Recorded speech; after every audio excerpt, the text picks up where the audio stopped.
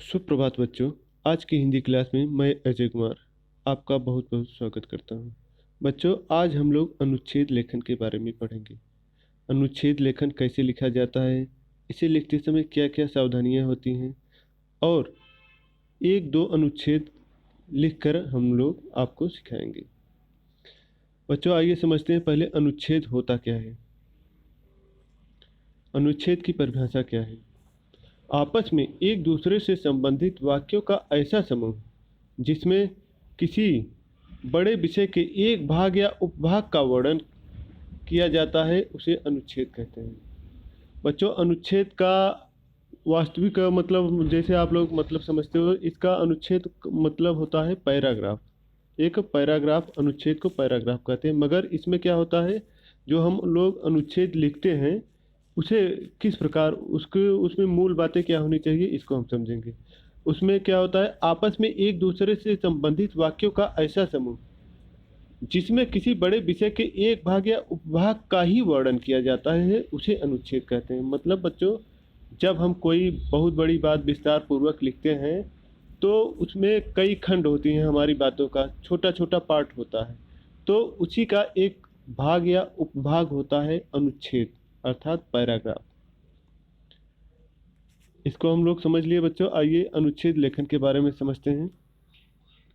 जब हम अपने मन के भावों और विचारों को अनेक प्रकार से प्रकट करते हैं, जैसे कभी विस्तार से, कभी संक्षेप में, कभी हाँ, हूँ, नहीं आदि कहकर, तथा कभी सिर तथा हाथ आदि हिलाकर। बच्चों, हम अपने भाव अथवा विचार जब कोई हमसे प्रकट करने के लिए बोलता है अर्थात हमारे विचारों को जानना चाहता है तो हम कैसे बोलते हैं? कभी कभी तो बहुत विस्तार पूर्वक बता देते हैं, कभी एकदम संक्षेप में थोड़े शब्दों में ही कह देते हैं, और कभी हाँ, हूँ, नहीं आदि कहकर ही काम चला लेते हैं, कुछ बोलते भी नहीं। अब यही बच्चों, जब हम किसी विषय पर अपने भाव या विचार विस्तार से प्रकट करते हैं तो उसे क्या बोलते हैं? निबंध लेखन। जब हम अपने भाव या विचार बहुत ही विस्तार पूर्वक लिखते हैं अथवा बताते हैं, एकदम मतलब कोई कमी न रह जाए, तो उसे कहते हैं निबंध लेखन।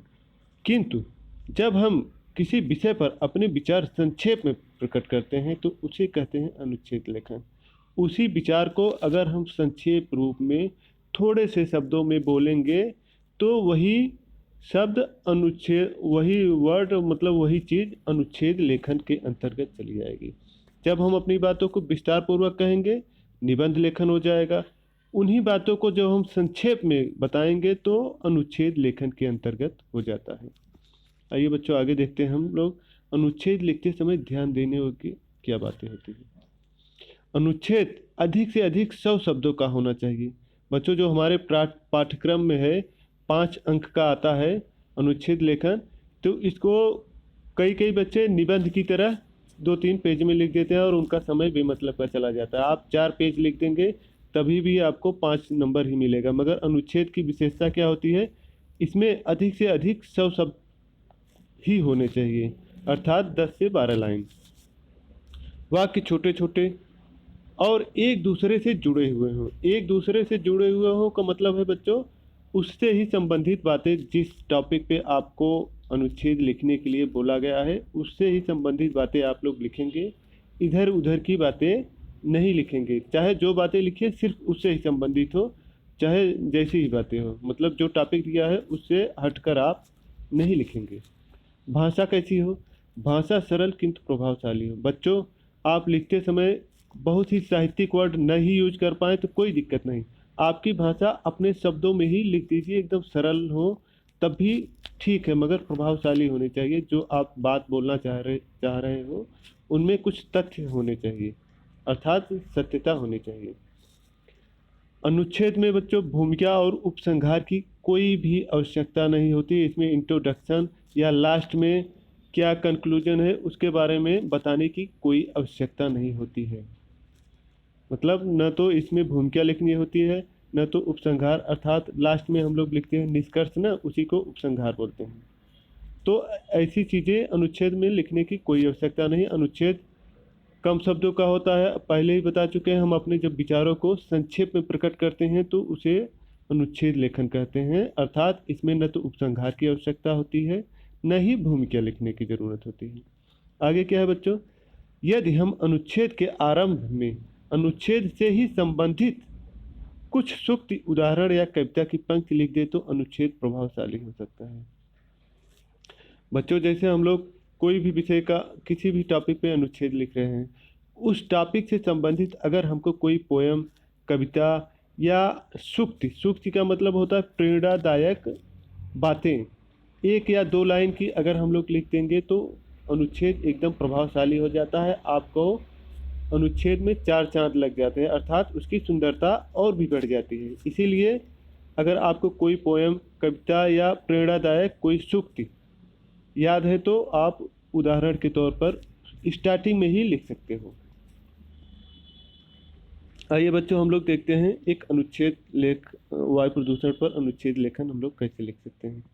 जैसे पहला, वायु प्रदूषण का महत्व। वायु का महत्व, वायु प्रदूषण के कारण एवं उनके दुष्परिणाम। वायु प्रदूषण पे जब लिखना होता है बच्चों तो वायु प्रदूषण, वायु का महत्व के बारे में हम लोग पहले जानेंगे। उसके बाद वायु प्रदूषण से के कारण क्या दुष्परिणाम होते हैं उसके विषय में लिखेंगे। जैसे लिखेंगे क्या, वायु प्राणियों का जीवन है, इसका महत्व के बारे में लिख रहे हैं बच्चों अभी। वायु प्राणियों का जीवन है, मानव तथा अन्य जीव जंतुओं के लिए इस प्राण वायु का शुद्ध रूप से मिलना नितांत आवश्यक है, मतलब अत्यंत जरूरी है। इसके बिना उसका जीवित रहना कठिन है। उसका मतलब इस पृथ्वी पर के सभी जीव जंतुओं का कठिन है जीवित रहना। वायु प्रदूषण विशेषतः भूपटलीय तोड़फोड़, भूपटलीय मतलब जमीन के तोड़फोड़, जो पहाड़ों पर हम लोग पहाड़ तोड़ते हैं या अन्य प्रकार की जमीन पर तरह तरह की खुदाई करते हैं, उसको भूपटलीय तोड़फोड़ कहते हैं। ज्वालामुखी के विस्फोट, बच्चों ज्वालामुखी के विस्फोट से भी बहुत धुआं और लावा निकलता है। लकड़ी, कोयले और खनिज तेल के जलने, औद्योगिक संस्थानों से निकलने वाले सल्फर डाइऑक्साइड आज गैसों के कारण होता है। ये गैसें वर्षा जल में मिलकर गंधक का तेजाब बनाती है और जीवों को हानि पहुंचाती है। वायु प्रदूषण कोहरे और धुएं से भी होता है। कुछ प्रदूषण एल्युमिनियम के कारखानों में उत्पन्न क्लोरोराइडों से भी होता है। इन सब प्रदूषणों से एलर्जी उत्पन्न होती है, जो एक भयानक रोग है। वायु प्रदूषण से मुक्त रहना हर व्यक्ति का कर्तव्य है। बच्चों इसमें वायु प्रदूषण से संबंधित आप जो भी बातें हैं सब लिख दीजिए। अंग्रेजी वर्डों का अगर आपको हिंदी नहीं आता है तो अंग्रेजी वर्ड ही हिंदी शब्दों में लिख देंगे। अंग्रेजी वर्ड अंग्रेजी शब्दों में आप लोग नहीं लिखेंगे, अंग्रेजी वर्ड हिंदी शब्दों में आप लोग सेम टू सेम वैसे ही लिख देंगे। अगर आपको उसकी मीनिंग नहीं मालूम है तो अंग्रेजी आ रहा है तो अंग्रेजी ही वर्ड हिंदी शब्दों में आप लोग लिखेंगे, ध्यान से। आगे बच्चों एक हम लोग कंप्यूटर पे देख रहे हैं अनुच्छेद लेखन। जैसे कंप्यूटर पे आपको अनुच्छेद लिखने के लिए आ गया तो लिखेंगे कैसे। कंप्यूटर के बारे में हम लोग, कंप्यूटर विज्ञान का एक अद्भुत वरदान है। मनुष्यों ने अपने दिमाग का उपयोग कर इसे बनाया है, परंतु कंप्यूटर एक ऐसी मशीन है जो मानव मस्तिष्क से भी तेज काम करती है। इसके आविष्कार ने हर क्षेत्र में क्रांति ला दी। यात्रा का पूर्व आरक्षण करना हो या बैंक का कोई काम हो, मौसम संबंधी भविष्यवाणी हो या फिर शिक्षा संबंधी जानकारी, वायुयान उड़ाना हो अथवा किसी को तुरंत संदेश भेजना हो, कंप्यूटर के द्वारा सब कुछ किया जा सकता है। इंटरनेट से बटन दबाते ही हर चीज़ की जानकारी हमें प्राप्त हो जाती है। कंप्यूटर का उपयोग युद्ध संचालन तथा जटिल रोगों का इलाज करने में भी किया जाता है। आज के युग में कंप्यूटर हमारी बहुत सारी समस्याओं को हल करने वाला साधन बन चुका है। बच्चों 2 उदाहरण से हम लोग अनुच्छेद लेखन के बारे में समझ चुके हैं, अर्थात इसे बहुत ज़्यादा बढ़ा चढ़ा के नहीं लिखना होता है, इसे कम से कम 1 पेज ही में समाप्त कर देना होता है। अधिकतम 100 शब्द या 120 शब्दों के बीच में ही होना चाहिए। तो बच्चों आज हम लोग अनुच्छेद लेखन के बारे में पढ़े। आप लोगों को कुछ अनुच्छेद लेखन हम आपको गृह कार्य के रूप में देंगे, जो आपके व्हाट्सएप पे भेज देंगे। आज की क्लास के लिए बच्चों इस वीडियो को देखने के लिए धन्यवाद।